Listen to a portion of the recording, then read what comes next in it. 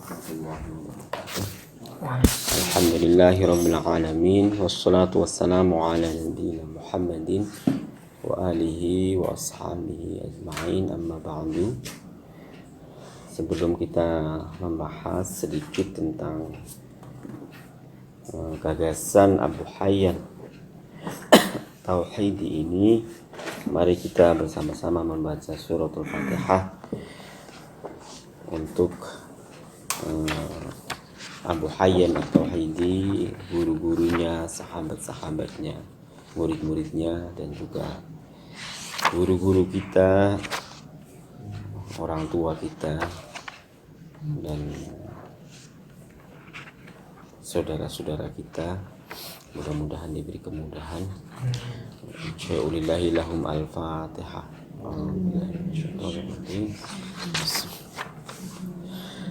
Ar-Rahmanir-Rahim, Maliki yaumiddin. Iyyaka na'budu wa iyyaka nasta'in. Shiratal ladzina an'amta 'alaihim ghairil maghdubi 'alaihim waladdallin. Bismillahirrahmanirrahim. Kita mulai dari kemarin dari halaman 171. Qultu fahal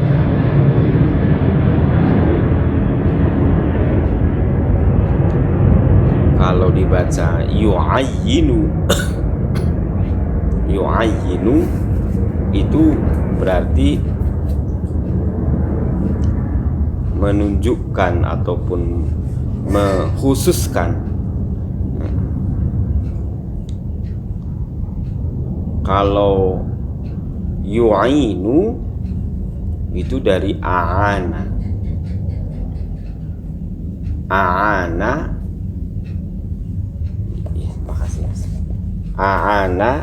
ya'inu atau yu'ainu itu menolong. Tapi kalau ayyana yu'ayyinu itu menentukan. Jadi ini dua kemungkinan atau makna yang benar ya. Fahal yu'ayyinu ahaduhuma sahibahu, apakah salah satu di antara mantiq atau nahwu itu menentukan sahibahu pada temannya, yaitu ya mantiq ataupun nahwu. Menentukan atau a'ana yu'ainu itu berarti membantu. Apakah membantu sopo ahaduhuma, salah satu di antara mantiq nahwu, sahibahu pada temannya, ya dalam arti mantiq ataupun nahwu. Apakah salah satu itu saling menolong? Apakah saling membantu? Apakah salah satu di antara keduanya itu saling menentukan? Jawabannya na'am. Nah, kalau kata terusannya wa ayyu ma'unatin, dan mana-mana pertolongan, nah berarti lebih baik a'ana yu'ainu. Jadi karena ada ma'unah, dapat ma'unah dari Allah, dapat pertolongan dari Allah. Wa ayyu ma'unatin, dan pertolongan yang mana atau pertolongan yang mana saja. Tetapi kalau ini ada pertanyaannya, na'am wa ayyu ma'unatin, dan pertolongan yang mana. Idza istama'ana likane ketemu opo al mantiqu mantiq al aqliyu aqli wal mantiq al hissiyu dan mantiq hissi. Fahal al ghayatu fahu al ghayatu wal kamal, dan itu menjadi tujuan dan kesempurnaan. Jadi saya tanya kepada Abu Sulaiman, ini kata Abu Hayyan, saya tanya kepada Abu Sulaiman, "Hai Abu Sulaiman, bagaimana dengan salah satu yang membantu yang lainnya?" Kemudian, "Oh iya, memang membantu. Tetapi Anda tahu membantunya itu di mana? Apalagi jika ketemu antara mantek akli sama mantek hissi." Mantek akli sama mantek hissi itu apa? Mantek akli itu silogisme. Itu mantek akli, silogisme. Kemudian juga simbol-simbol matematik itu juga sebenarnya mantek akli. Begitu. Kemudian ada mantek hissi. Mantek hissi itu apa? Ya kayak fakta-fakta empirik, itu mantek hissi. Anda tahu bahwa air itu benda cair, ya karena Anda menunjukkan air.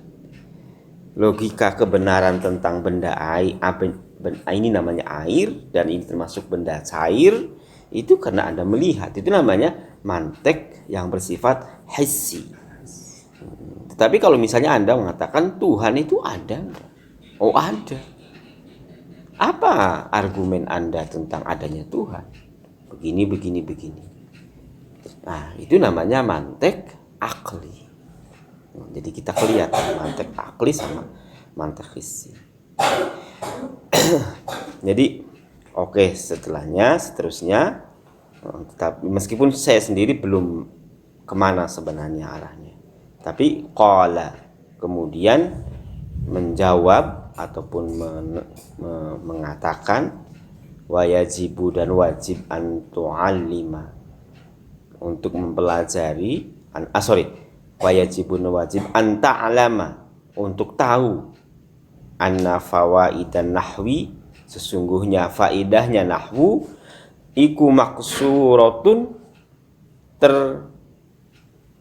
terbatas, ala adatil arabi, atas adat ataupun kebiasaan orang Arab, bil qasdil awwali, di dalam tujuan yang pertama.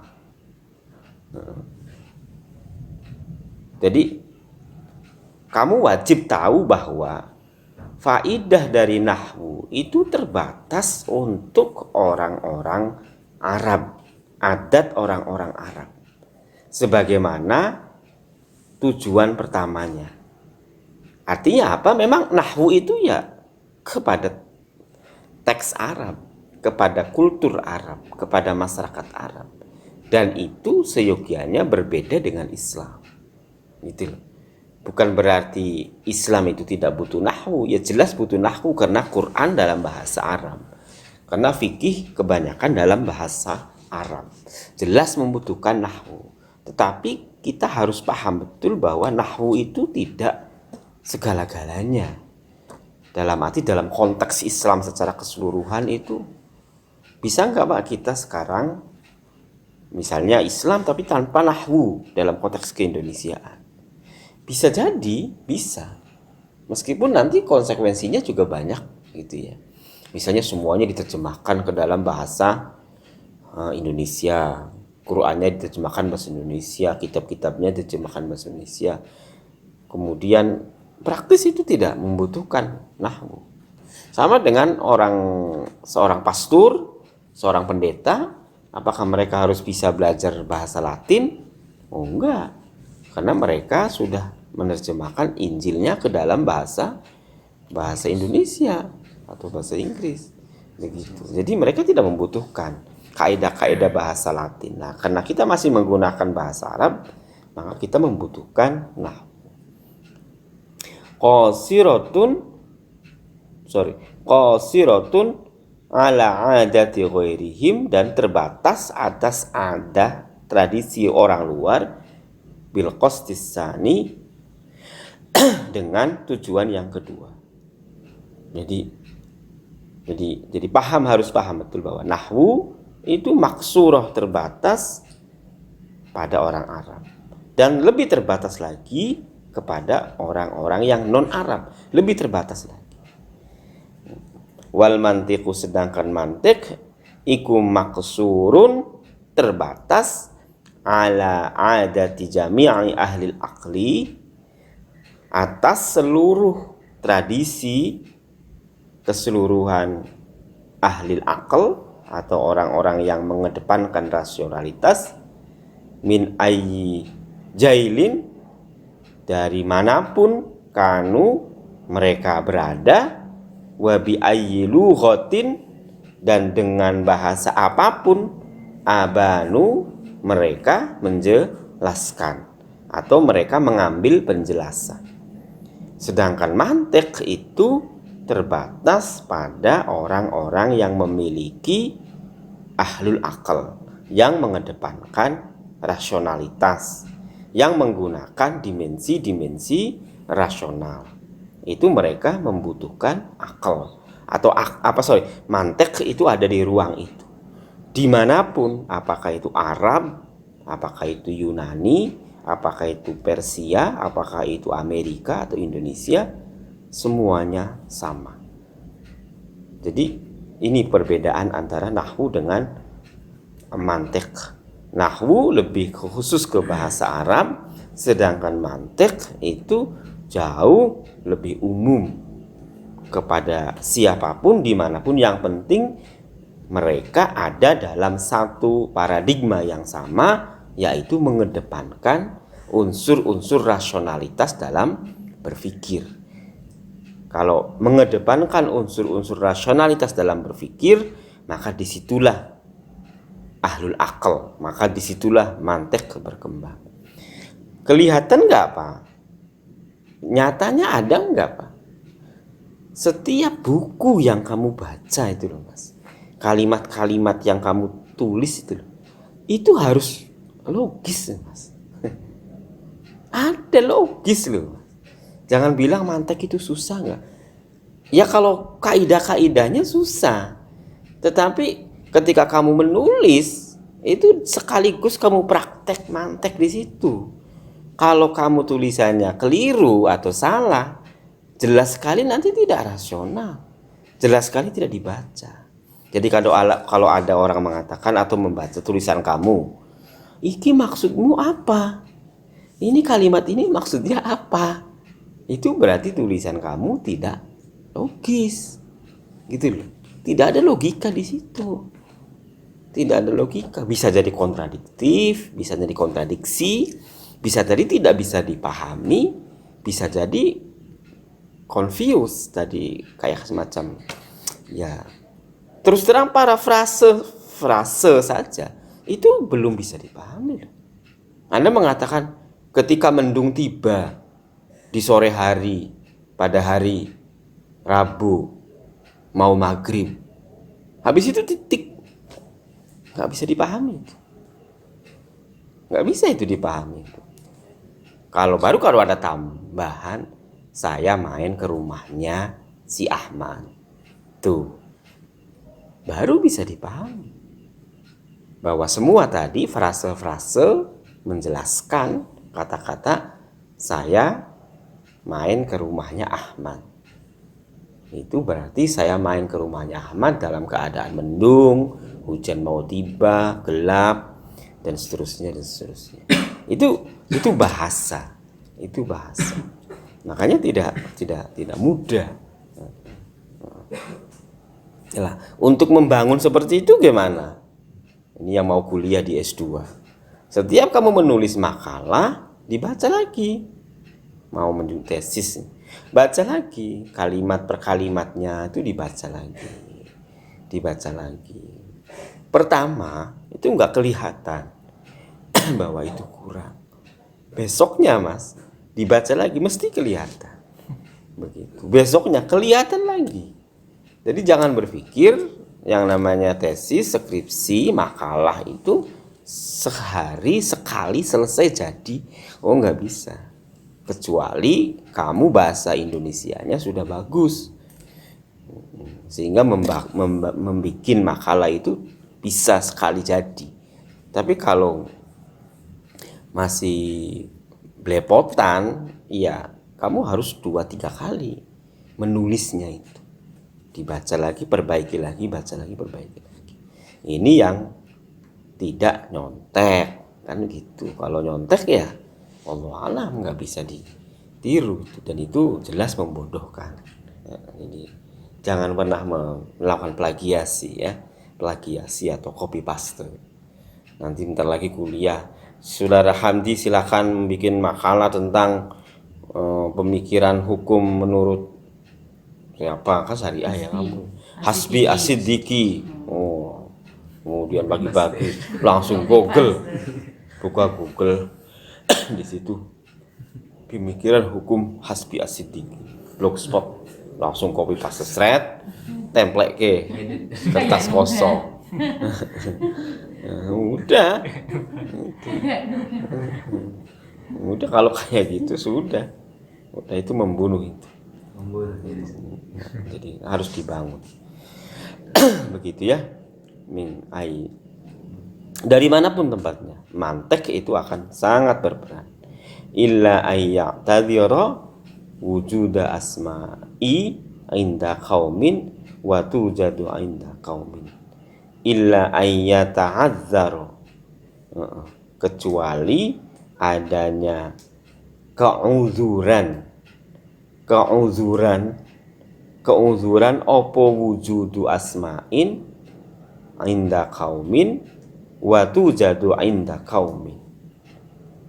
Kecuali memang ada keuzuran itu apa? Keuzuran itu ya halangan atau ketidaktahuan. Misalnya contoh, ada tradisi di Lombok itu apa? Misalnya kawin nari itu apa namanya? Merari. Lah, merari ini namanya wujud fi qaumin. Ada. Tetapi di Jawa tidak ada merari itu. Merari itu tidak ada, misalnya ya. Merari itu tidak ada. Kalau begitu bagaimana? Nah, di sini terjadi mantek itu ya harus tunduk kepada fenomena kedua fakta di atas. Begitu, dalam arti bahasa memang katakanlah merari ini harus menggunakan simbol-simbol bahasa lokal. Jadi misalnya contoh, merari itu baik atau tidak? Merari itu manusiawi tidak? Merari itu legal atau tidak legal atau ilegal? Nah, ini semua konsep merari harus dikembalikan kepada masyarakat. Begitu. Itu namanya illa an ya'tadhira, kecuali illa ayyata'azzara, kecuali adanya uzur apa wujudu asma'in, konsep inda qaumin, di dalam satu kaum, wa tujadu, ada konsep itu inda qaumin, pada kaum yang lain. Fahina idzin, maka dengan demikian alhal, keadaannya iku fit tahsiri, di dalam konteks meringkas, yatawarraku, ala ta'adzuril asma'i au ala wad'iha. Fit taksiri yatawarraku,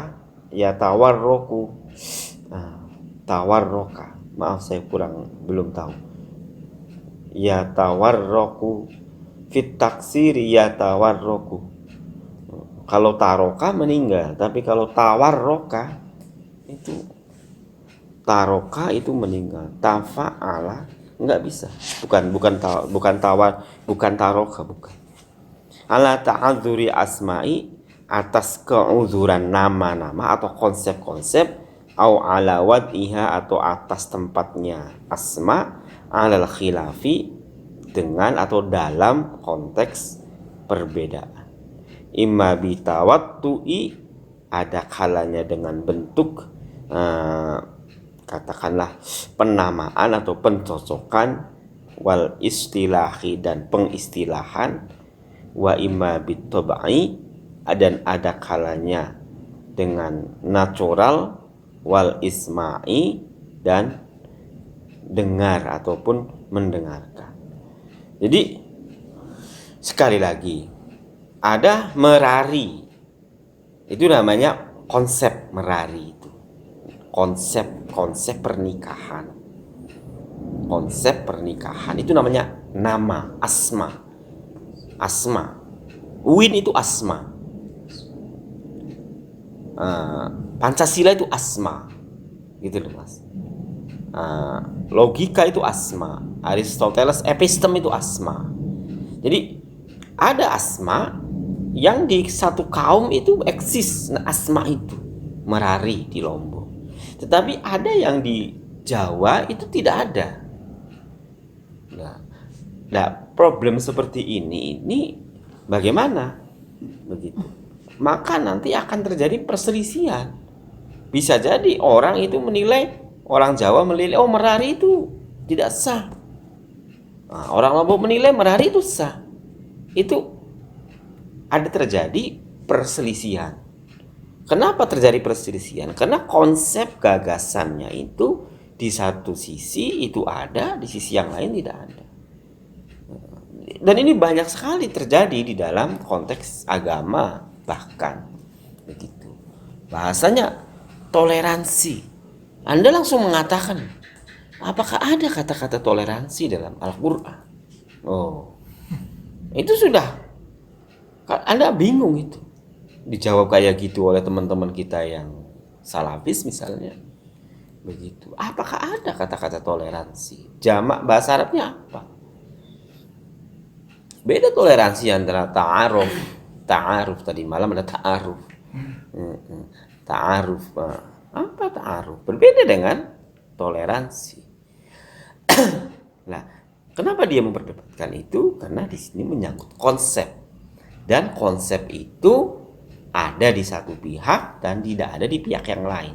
Ada dalam satu ruang, tidak ada di ruang lain. Ada dalam satu community, tidak ada di communities yang lain. Nah, itu akan menjadi kekhilafan. Jadi logika bukan berarti tidak ada perselisihan, tetap ada perselisihan.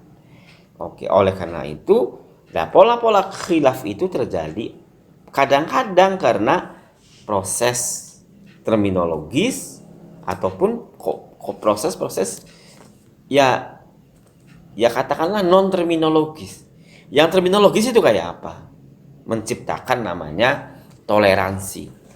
Ini terminologi bil istilah. Tapi yang namanya non terminologi kayak apa? Kayak misalnya contoh, ya sederhananya apa? Misalnya kayak santai, ngobrol, kan begitu kan? Gojek, ini non terminologis ini. Nah, itu namanya tawatu. Begitu. Gojeknya di Jawa dengan gojeknya di Lombok mungkin beda. Nah, itu namanya toleransi, istilah. Toleransi di sini dengan di sana beda.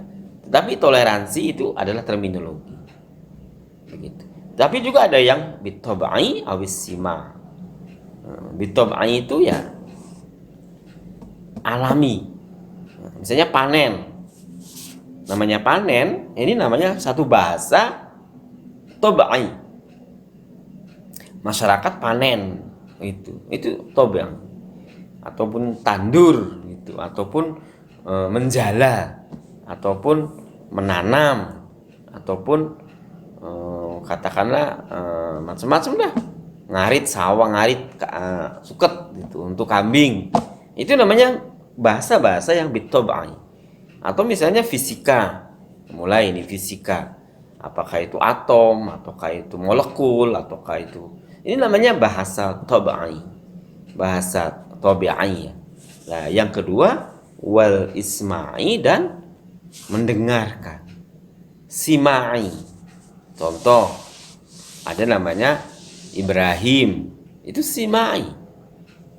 Ada namanya katakanlah, ya maaf saja ya Allah itu simai. Jadi kita mendengar dan itu kita yakini. Nah, itu simai. Salat itu simai, Mas. Simai. Jadi Anda mendengar kata-kata salat daripada kiai, di mana karena saya orang muslim saya diwajibkan untuk sholat. Jadi sebenarnya simai saja, mendengarkan. Begitu. Itu bahasa dari maksud simak dan lah. Gagasan konsep-konsep yang simai atau tab'i atau istilahi atau tawatu'i ini bermunculan di dalam masyarakat, dan kemunculan terminologi-terminologi ini berimplikasi kepada konsep logika, manteknya itu. Kenapa berimplikasi? Karena semua gagasan itu berbasis kepada bahasa. Bahasa berbasis pada gagasan. Kebenaran gagasan melalui bahasa. Kan begitu. Melalui bahasa. Itu yang menjadikan bahwa perselisihan itu kemungkinan terjadi karena adanya perbedaan. Oke. Qala, kemudian Imam Abu Sulaiman As-Sistasani menyimpulkan, wabil jumlati, kalau begitu kesimpulannya, an-nahwu utawi nahwu itu yartabitul lafdho, menyusun opo nahwu al-lafdho ing lafan, tartiban dengan tertib, yuaddi yang mendatangkan, tertib yang mendatangkan, ilal haqqi pada kebenaran, al ma'rufi yang diketahui, au ilal adati atau kepada kebiasaan, al jariyati yang berjalan. Intinya kata Abu As-Sistasani, nahwu itu adalah menertibkan, merunutkan, packaging. Ini nerapke, ya menerapkan, menertibkan bahasa. Tolong tertibkan, rapikan bukunya, dirapikan. Nah, itu namanya tolong rapikan bahasanya. Kalau kamu tolong rapikan bahasanya, Mas, bisa nggak rapikan bahasanya? Subjek ada predikatnya, kan gitu kan. Kalau subjek ada kata kerja, kan begitu kan. Setelah kata kerja terus bisa objek, bisa kata keterangan, begitu loh. Ini namanya merapikan sesuai kaidah bahasa. Kalau kamu nulisnya bahasa Arab, wah saya Pak Zuri mau skrip tesis bahasa Arab, masih Usuluddin S2 ada beberapa yang bahasa Arab, bahasa Inggris juga ada. Kemarin ada dari Kerapyak, Pak mau ke bahasa Arab. Oke. Kita ngobrol-ngobrol bahasa Arab. Kita lihat apakah iya masih ada yang ini belum ada mubtada'nya, belum ada khobarnya, ini belum ada fi'ilnya. Tolong tertibkan. Nah, maksudnya kalau bahasa nahwu yatarattabu lafdh, menertibkan bahasa. Jadi kalau setelah koma itu mesti ada fa'ilnya, zaidun. Kalau zaidun ada mubtada, mesti ada khobarnya, qaimun. Begitu. Zaidun sebagai mausuf itu ada sifatnya. Misalnya zaidun al-karim. Man'ut ada naatnya, begitu, dan seterusnya. Ini menjadi pelajaran dari nahwu. Wan nahwu yurattibul al-lafdhu tartiban. Rattaba yurattibul lafdhu tartiban, yang mendatangkan kepada kebenaran yang diketahui, au mendatangkan kepada adat yang berlaku. Jadi tidak mesti kebenaran, bisa jadi adat saja, bisa jadi adat yang berlaku saja. Jadi maksudnya kepada adat yang berlaku itu gimana? Adat yang berlaku itu gimana? Contoh misalnya di dalam bahasa di Mesir misalnya, yang namanya jim itu dibaca G. Ditulis apa, dibaca G atau ditulis G, Ghin atau Ghain. Namanya Jamal. Itunya dibaca apa, ditulisnya Gamal. Dibacanya Jamal. Ini adat. Keliru enggak? Oh, enggak. Atau misalnya Ben.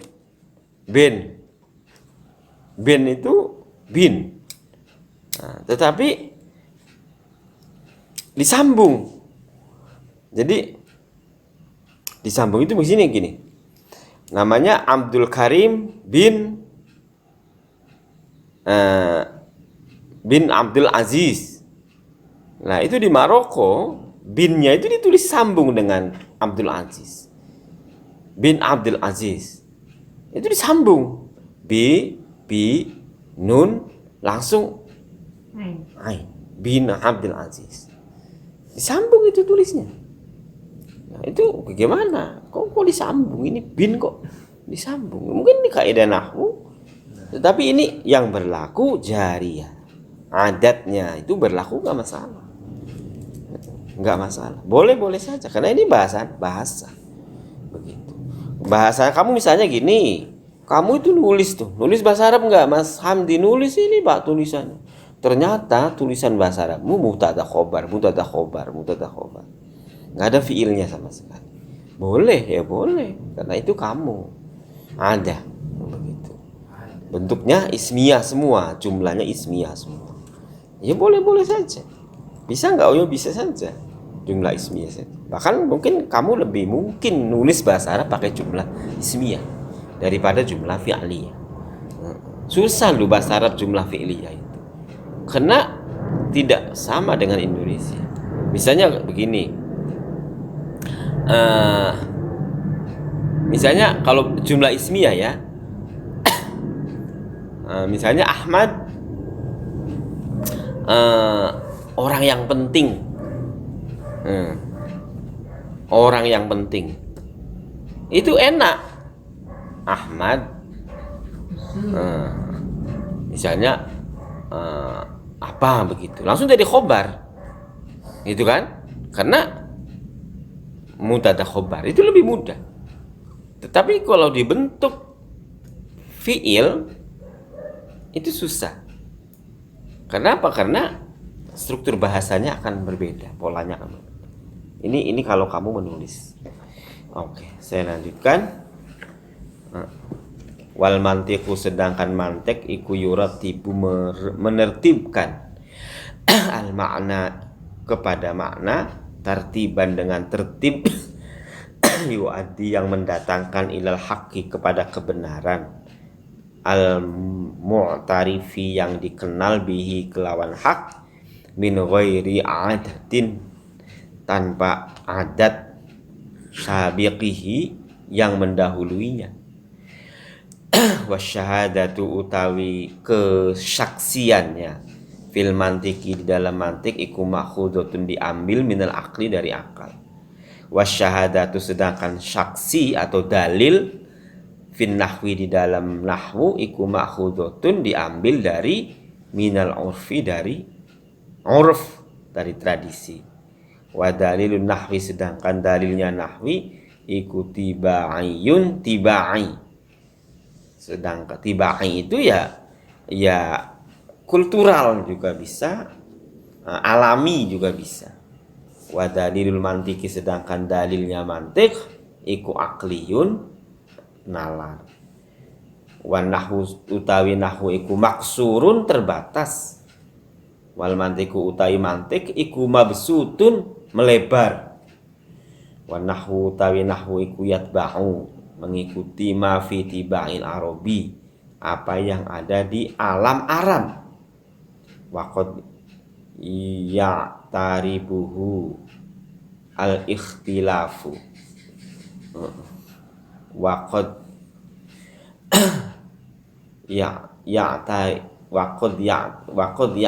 ya'taribuhu, maaf ya, ya'taroba. Kalau ya'taroba itu ya menjadi Arab. Tapi kalau waqad ya'tarrobihi Itu agak lebih enak sih. Tapi ya, taronya itu maknanya apa nggak ngerti sih. Qad ya'taru bihi al-ikhtilaf. Dan kadang-kadang mendatangkan ikhtilaf. Wal mantiku, sedangkan mantik iku yatba'u, mengikuti ma fi gharaizin nafsi, apa yang ada di dalam jiwa. Gharaizin nufusi, apa yang ada di dalam jiwa-jiwa. Wa huwa mustamirun 'alal iktilafi. Mantik itu berjalan 'alal iktilafi, atas kesesuaian. Ini bedanya antara nahwu sama mantik. Jadi kelihatan jelas sekali itu ya. Nahwu itu, mantik itu tertib makna. Jadi agar bahasanya bermakna, agar kita apa yang kita itu bermakna, itu mantik. Anda menjelaskan kata-kata Islam, pengen nggak kata-kata Islam itu bermakna kepada pendengarnya? Lo bangunlah dengan logika, gitu. Dengan ayat-ayat saja boleh, tetapi sekarang itu sudah lama sekali orang jualan ayat. Bukan berarti saya tidak percaya ayat, ya percaya, tetapi menjelaskannya itu loh Mas, dengan argumen, dengan logika, biar menghasilkan makna. Monggo pakai sholawatnya, pakai ayatnya disampaikan, tetapi penjelasannya itu loh dengan mantik, biar melahirkan makna-makna. Begitu. Tidak dengan semata-mata bahasa. Begitu. Apalagi terbatas kepada nahwu. Jadi inilah yang mengatakan kadang-kadang Islam, kenapa Islam jauh dari realitas? Begitu loh. Kenapa kita susah sekali orang-orang Lombok misalnya ikut agama meskipun dia Muslim? Ya karena para tuan gurunya memberikan penjelasan tentang Islam itu jauh dari persoalan-persoalan realitas. Gitu. Misalnya contoh kebersihan kampung. Ini ada pengajian itu, Islam itu akhirat aja. Nggak ada yang menyinggung kebersihan kampung. Loh. Iya, padahal menjelaskan kebersihan kampung itu lebih rasional, Mas. Lebih mudah. Bapak Ibu kalau bersih nanti sehat, tidak ada penyakit. Gimana kalau jam 8 kita gotong royong membersihkan kampung? Tuan gurunya maju ke depan. Wah, itu keren tuh. Wah, mulai balik di masjid pakai sorban hijau menjelaskan tentang sholat sampai melangit. Masya Allah, sampai melangit jauh ke atas. Iya, seakan-akan, dan itu biasanya tidak pakai logika, tidak pakai logika. Ya, tidak. Kalau logika sederhana, itu berarti maknanya itu yang dimaksud dengan tartibul makna. Jadi menunutkan makna, itu logika. Oke, ini semua perbedaan antara nahwu dengan mantik. Padahal sekali lagi Imam As-Suyuti itu menolak mantik dan lebih menetapkan nahwu. Atau juga kayak pertanyaan Sofwan kemarin, banyak orang yang menolak mantik. Begitu. Padahal menurut Imam Abu Hayyan itu seperti ini. Nahwu itu justru terbatas. Mantik itu jauh lebih luas, lebih jauh. Jadi innas sholata tanha 'anil fahsai wal munkar. Sesungguhnya sholat itu mencegah daripada kemungkaran dan keburukan atau kerusakan. Itu bahasa nahwu. Itu loh. Bahwa sholat itu bisa mencegah keburukan. Kalau bahasa logika, rasionalitasnya apa? Kan begitu kan? Rasionalitas itu maksudnya benar enggak? Loh, benar enggak? Bukan berarti salah ayatnya, tetapi kira-kira fakta di lapangan itu benar enggak sholat itu mencegah kemungkaran? Kalau benar, argumennya bagaimana? Kalau tidak benar, yang tidak benar yang mana? Apakah di ayat atau di masyarakat? Atau di proses sholatnya? Atau di metode sholatnya? Tuh, ini tuh berarti mantek itu mabsut, lebih luas. Tapi kalau nahwu, inna sholata sak temene sholat, nah ikutan mencegah. Udah paham ibu-ibu? Mencegah ibu-ibu. Di TV itu kelihatan bahwa kayaknya kok iya ya, mencegah.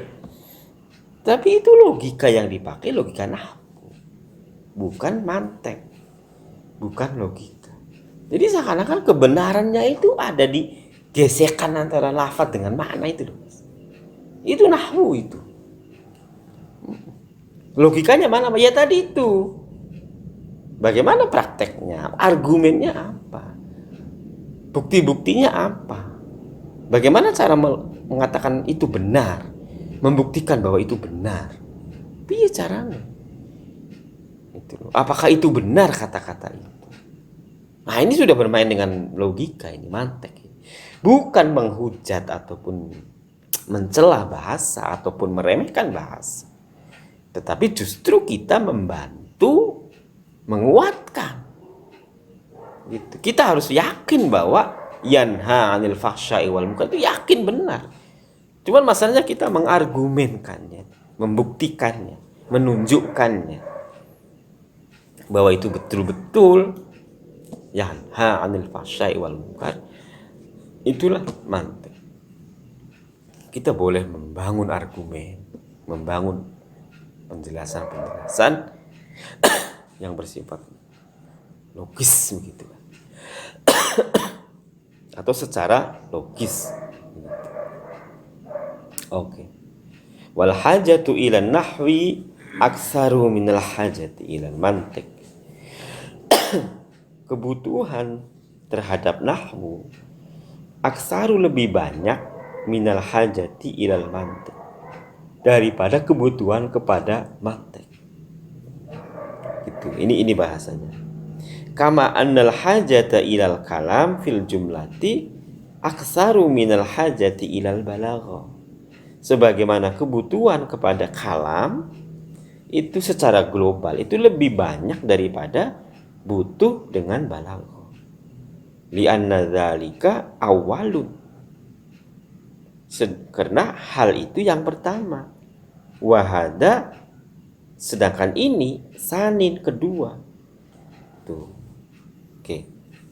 Ini bagus sekali bahasanya. Kenapa orang cukup dengan mantek? Dengan nahwu. Pondok-pondok nahwu, pengajian nahwu, kiai-kiai ngomongnya nahwu, ustadz-ustadz di TV basisnya nahwu. Cukup nahwu. Karena dan itu lebih banyak. Itu. Ya kata Abu Hayyan katanya memang itu lumrah. Iya. Sebagaimana bahasa ngomong seadanya, ceplak-ceplok ngomong ini, cuap-cuap, itu umum.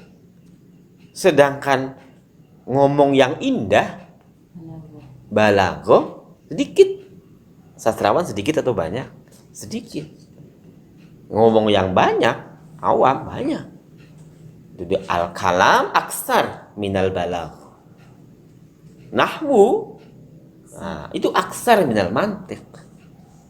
Gitu loh. Kita kan bergulatnya cukup dengan nahwu, karena juga memberi makna juga.